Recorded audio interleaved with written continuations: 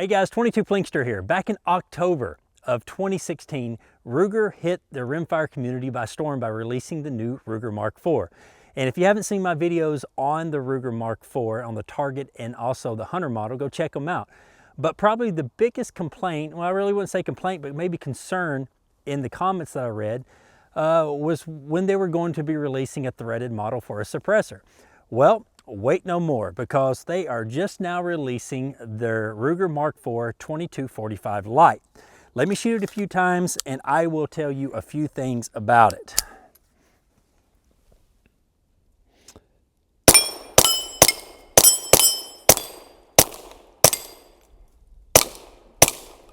All right, it's a good shooter. And if you've ever owned a Mark III 2245 Lite, you know how light they are, hence the word light. Now, Ruger did change a few things on it, on the Mark IV compared to the Mark III.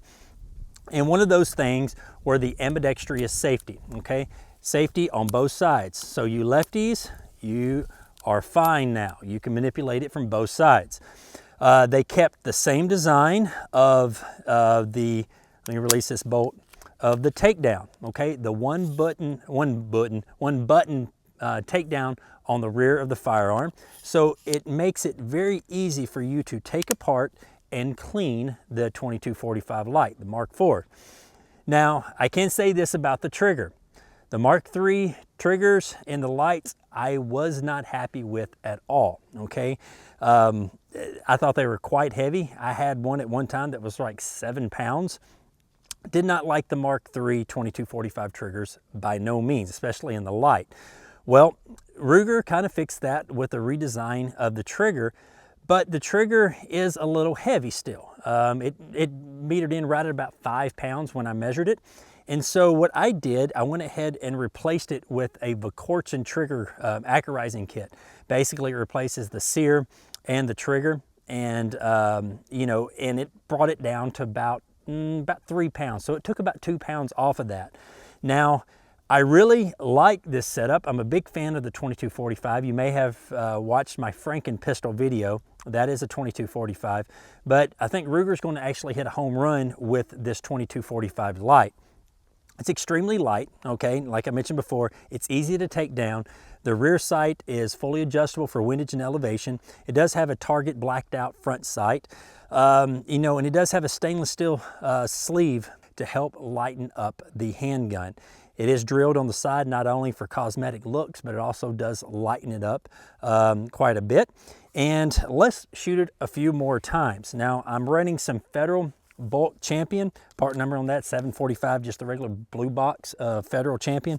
I've put about 500 rounds through this handgun before making the video, and I have not had one single malfunction. I have tried lead ammo, 40 grain, 36 grain, jacketed ammo. I've tried 2 or 3 different kinds of ammo, and I have not had one single malfunction. But that's not to say I may not have one in the video, because I have been shooting it with a can and a can only for over 500 rounds now, and it is getting quite dirty. So let's shoot the pistol a few more times here. Okay, let's go right here. Okay, let's go a little bit farther away. Nice.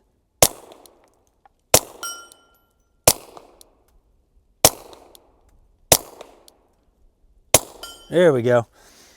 You got to hold that dot on there. And I'm running a Seymour RTS2 on here. And I really like this sight. It's been in several of my videos. I don't remember how I got the sight, but I really, really like it.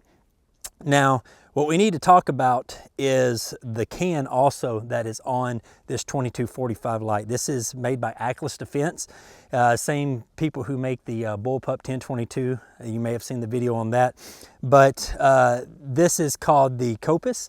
And what sets this 22 caliber can apart from the other cans that are on the market, this is as light, if not the lightest 22 caliber can that is on the market. And I chose to pair it with this 2245 Lite just because they're both light.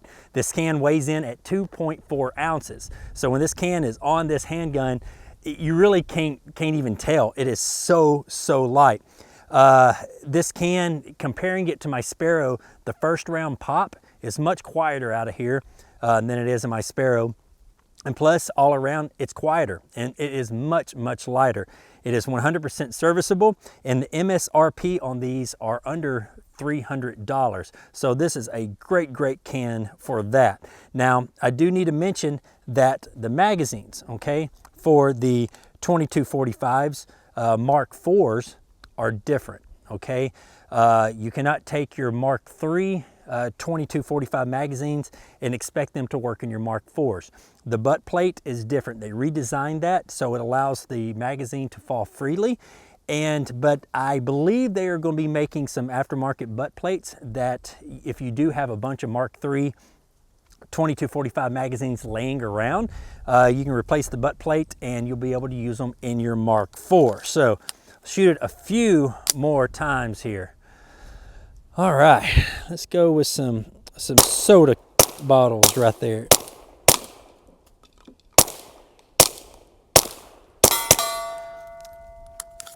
It is a good little shooter. The only thing I wish they would have done is put a slingshot mod in it. You cannot slingshot. What I mean by that is once you simply put a magazine in, you cannot do that. Slingshot it, you actually have to pull down the bolt release. So, all right, a few more times and we'll end this video.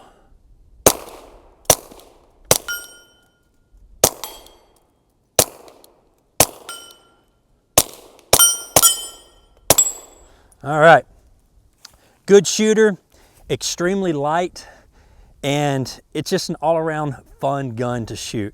I'm a big fan of Ruger's. I'm a big fan of Vakortzen, and Ruger sent me this to make this video and not really say, hey, here it is, we're coming out with it, but just pretty much get my opinion.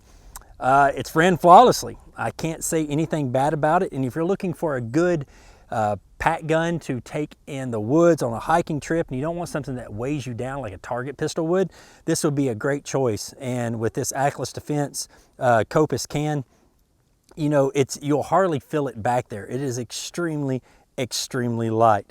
All right, I think that's about all I need to say about it. Guys, thank you very much for watching. Until next time, y'all be safe and keep plinking.